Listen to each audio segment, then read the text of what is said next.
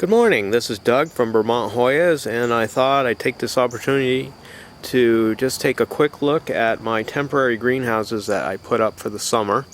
They're framed against the backdrop of my raspberries here. I have a very small suburban lot, and I do what I can do with it.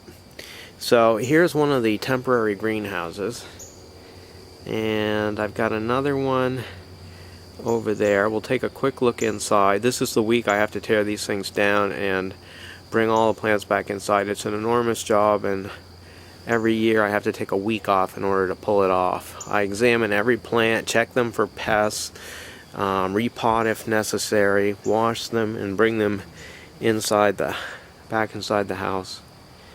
So you can see I've got my work cut out for me. What can I say about these greenhouses? They are a good alternative when you don't know what else to do. They definitely don't measure up to a real greenhouse because there's no controls in here. You have to keep them semi-shaded with no more than 3 to 4 hours of sunshine a day. Otherwise you're going to cook these plants. I have no means of being able to set up automatic controls and misters and heaters and all of that. So in another couple weeks we could easily get hit by a frost here, and I wouldn't trust the plants in here. The primary benefit of these things, as far as I can see, is it keeps the weather off the plants. So if you have many days of rain and you don't want your Hoya roots to get rotted out by leaving them directly outside, this will prevent that.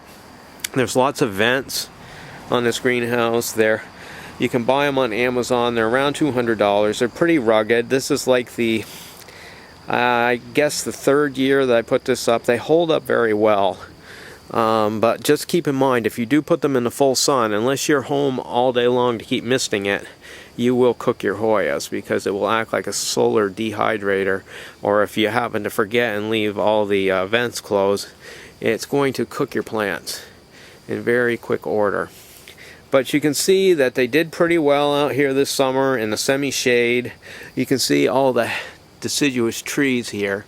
There's a huge white oak there, and a red maple, and a sugar maple. So you can see I get very little sun out here. Maybe that's why it works for me.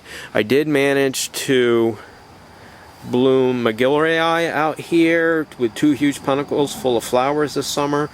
And I flowered a couple other ones, but don't expect incredible results out here. But it also alleviates my overcrowdedness in the house and allows me to clean out my grow tents in the basement really well, scrub them out, and it gives me a place to put the plants for the summer. So that's the primary advantages of these tents.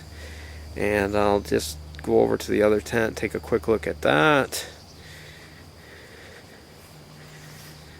I put these tarps on the floor, hoping that I could fill them with water to keep a lot of humidity in the greenhouse. Last year I had grow fabric on the floor, and it might have been a better solution because I thought if I had these filled with water it would help humidify the plants. The only problem is mosquitoes really like shallow pools of warm water.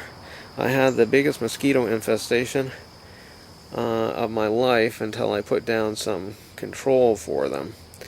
So I'm still trying to figure these things out from year to year.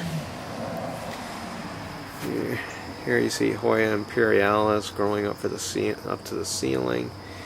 But here with my little tiny lot and the zoning in this town, they won't allow me to put up a permanent greenhouse where I could put up some control. So this is my best alternative. So I don't know how many years I'll have it in me to continue assembling these and taking them down at the end of the year, but for the foreseeable future I hope to be able to keep doing it.